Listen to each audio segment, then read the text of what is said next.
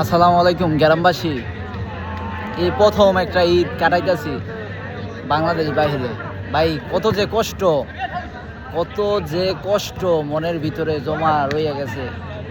ঈদ জিনিসটা যে আনন্দরা যারা প্রবাসী থাকে বুকের মধ্যে চাপা রেখে ভাই কষ্টরা প্রকাশ করে মানুষের কাছে, প্রকাশ করার মতো লোক নাই। যে এই জন্য আজকে এখন রাত বাজে 11টা, ঘুম আসতেছে না ভাই। এখানে খেলাধুলা হইতেছে ভলিবল, তো ভলিবল খেলার জন্য, ভলিবল খেলা দেখার জন্য মাঠে চলে আসছে যাতে মনটা ফ্রেশ হয়। গ্রামবাসীর কথা খুব মনে পড়তেছে যে কত আনন্দ করতাম ঈদের রাত।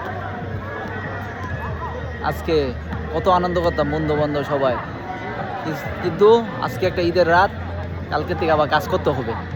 এটাই জীবন, প্রবাসীদের জীবন। প্রতিটি প্রবাসীর জন্য দোয়া করবেন আমাদের নামাজে গিয়া, এই কথাই আমার রইল।